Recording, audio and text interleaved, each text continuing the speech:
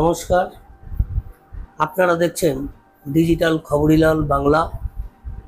আমি বিথিন আপনাদের সঙ্গে। ফের ট্যাব দুর্নীতির হদিশ রাজ্যে।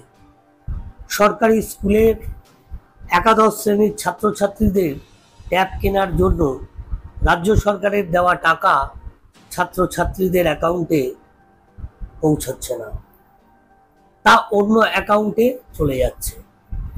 সারা রাজ্য জুড়েই ইতিপূর্বে বিভিন্ন স্কুলের তরফে এমনটাই অভিযোগ করা হয়েছে। একাদশ দ্বাদশ শ্রেণীর পড়ুয়াদের করোনার সময়কালের পর থেকে ট্যাব কিনতে 10,000 করে টাকা দেওয়া হয় রাজ্য সরকারের তরফে। এই প্রকল্পের নাম তরুণের স্বপ্ন। এবছর থেকে দুর্গাপুজোর আগে এই অর্থ পড়ুয়াদের অ্যাকাউন্টে পাঠানোর প্রক্রিয়া শুরু হয়েছিল, কিন্তু অনেক পড়ুয়াই ট্যাবের টাকা পাননি বলে অভিযোগ করতে থাকে স্কুলের কাছে। এবার হাওড়াতেও এমন অভিযোগ উঠে এলো। হাওড়ার বিভিন্ন স্কুলের তরফে বিভিন্ন থানায় এই অভিযোগ দায়ের করা হয়েছে। হাওড়া সিটি পুলিশের তরফে জানানো হয়েছে, ডোমজুর থানায় 3টি স্কুল, মালিপাঁচঘোড়া থানায় 2টি স্কুল, আর গোলাবাড়ি থানায় 1টি স্কুল ও সাকরাইল থানায় 1টি স্কুলের তরফে ট্যাবের টাকা অন্য অ্যাকাউন্টে চলে যাওয়ার অভিযোগ দায়ের করা হয়েছে ইতিমধ্যেই। বুধবার সন্ধে পর্যন্ত হাওড়া কমিশনারেট এলাকায় 7টি স্কুলের তরফে 4টি থানায় এই অভিযোগ দায়ের করা হয়েছে। প্রায় 124 জন পড়ুয়ার টাকা বেহাত হয়েছে বলে সূত্রের খবর। হাওড়া সিটি পুলিশের জয়েন্ট কমিশনার কে সাভেরি রাজকুমার এই প্রসঙ্গে জানিয়েছেন, অনেক স্কুলের তরফেই এই একই অভিযোগ স্থানীয় থানায় লিখিতভাবে অভিযোগ করা হয়েছে। পুলিশ তদন্ত শুরু করেছে। এই অভিযোগগুলি পাওয়ার পর জালিয়াতির মামলা দায়ের করে তদন্ত শুরু করা হয়েছে।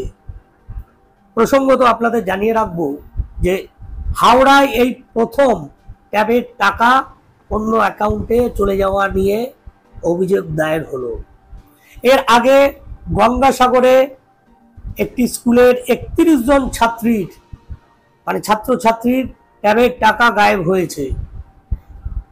ওই ঘটনার তদন্ত শুরু করেছে সাগর থানার পুলিশ। গঙ্গাসাগরে মহেন্দ্রগঞ্জ হাই স্কুলের ওই 31 জন ছাত্রছাত্রীর ট্যাবের টাকা তুলতে গিয়ে দেখে তাদের অ্যাকাউন্টে টাকা ঢোকেনি। স্কুলের 166 জন ছাত্রছাত্রীর মধ্যে 31 জন ছাড়া বাকি প্রত্যেকের ট্যাবের টাকা ঢুকে গিয়েছে। দেখা যায় 31 জন ছাত্রছাত্রীর টাকা অন্য অ্যাকাউন্টে চলে গিয়েছে। ঘটনার সূত্রপাত অবশ্য বর্ধমানের সিএমএস হাই স্কুল থেকে। ওই স্কুলের 28 জন পড়ুয়ার টাকা তাদের অ্যাকাউন্টে না ঢুকে অন্যত্র চলে যায়। এই বিষয়ে স্কুলের তরফে বর্ধমান সাইবার থানায় অভিযোগ জানানো হয়, যার তদন্ত শুরু হয়েছে ইতিমধ্যেই। সেখানে দেখা যায় স্কুলের পড়ুয়াদের টাকা তাদের অ্যাকাউন্টে না ঢুকে ভিন রাজ্যের অ্যাকাউন্টে, ভাবুন একবার, চলে গিয়েছে। অভিযোগের ভিত্তিতে সাইবার শাখা তদন্ত শুরু করেছে ইতিমধ্যেই। এরপর একের পর এক অন্যান্য জেলা থেকে ওই একই অভিযোগ উঠতে থাকে। রাজ্য শিক্ষা দপ্তরের নজরে পড়ে বিষয়টি। এখন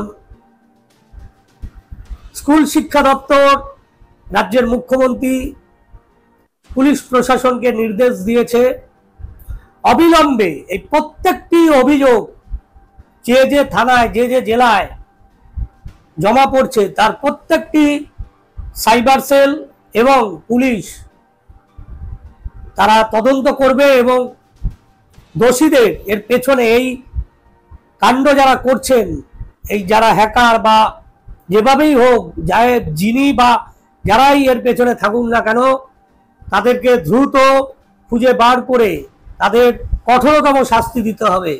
তার কারণ এমনিতেই রাজ্য জুড়ে মানুষের কষ্টার্জিত পয়সার যে কর তার নয় ছয় হচ্ছে। এই যে ট্যাব দিচ্ছে রাজ্য সরকার, এটাও সাধারণ মানুষের, আমার আপনার করের টাকা। এছাড়াও বিভিন্ন যে অনুদান, বিভিন্ন প্রকল্প রাজ্য সরকার কেন্দ্র সরকার যে করে থাকে, সেই টাকা কোথা থেকে আসে? সেই টাকা তো মঙ্গল গ্রহ থেকে আসে না, আমার আপনার করের টাকা। তাই করের টাকা, কষ্টার্জিত টাকা, প্রতিটা সাধারণ মানুষের মাথার ঘাম পায়ে ফেলা টাকা। তাই সেই টাকা কিছু মানুষ ঘুর পথে আত্মসাৎ করবে, এটা হতে দেওয়া যায় না। ভালো থাকবেন, সাবধানে থাকবেন। নমস্কার।